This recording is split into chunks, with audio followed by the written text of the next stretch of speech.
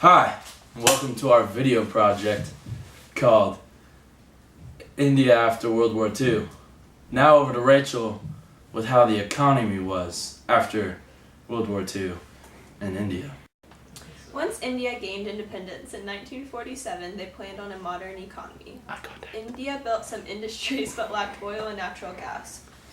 Benefiting from the Green Revolution, crops, chemical fertilizers, and irrigation systems increased output.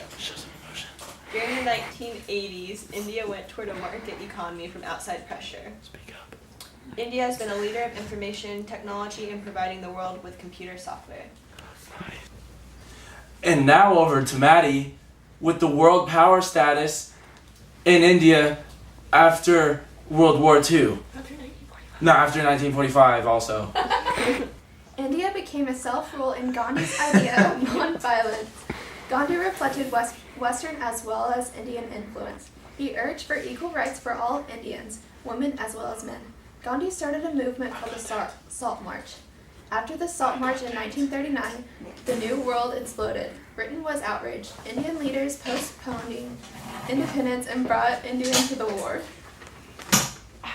Well, thank you, Maddie, for that wonderful information about world power status after 1942.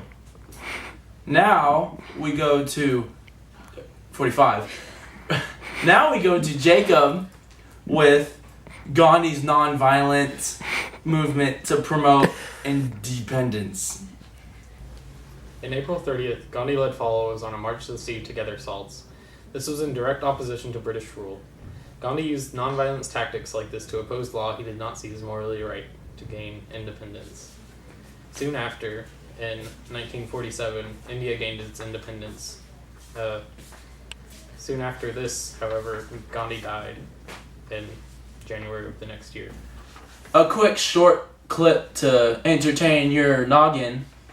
Takaya, our leading newscast lady, is about to talk about the threat of nuclear war with Pakistan and their issues.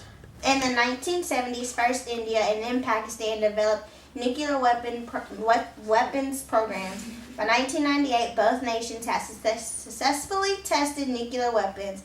The emergence of these two nuclear powers alarmed neighbors in South Asia and the world, in part because of the ongoing hostility between India and Pakistan. Another concern was the danger that extremists might get access to the nuclear technology or even nuclear weapons. Slack. Thank you for watching our boring video. We hope we could learn you something very important about India back in the day. It was very fun to learn about this, but not really. I'll see you later.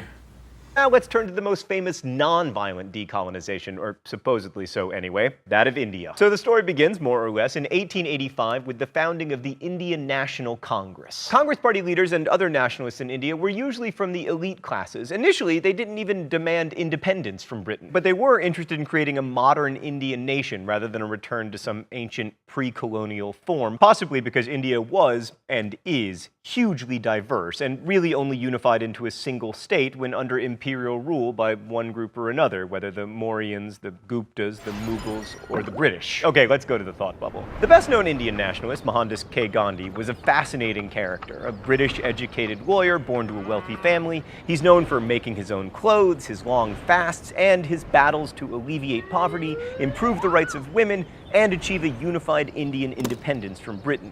In terms of decolonization, he stands out for his use of nonviolence and his linking it to a somewhat mythologized view of Indian history. I mean, after all, there's plenty of violence in India's past and in its heroic epics, but Gandhi managed to harken back to a past that used nonviolence to bring change. Gandhi and his compatriot Jawaharlal Nehru believed that a single India could continue to be ruled by Indian elites and somehow transcend the tension between the country's Hindu majority and its sizable Muslim minority. In this, they were less practical than their contemporary, Muhammad Ali Jinnah, the leader of the Muslim League, who felt, to quote historian Ainsley Embry, that the unified India of which the Congress spoke was an artificial one, created and maintained by British bayonets. Jinnah proved correct, and in 1947, when the British left, their Indian colony was partitioned into the modern state of India and West and East Pakistan, the latter of which became Bangladesh in 1971. While it's easy to congratulate both the British and the Indian governments on an orderly and non-violent transfer of power, the reality of partition was neither orderly nor non-violent.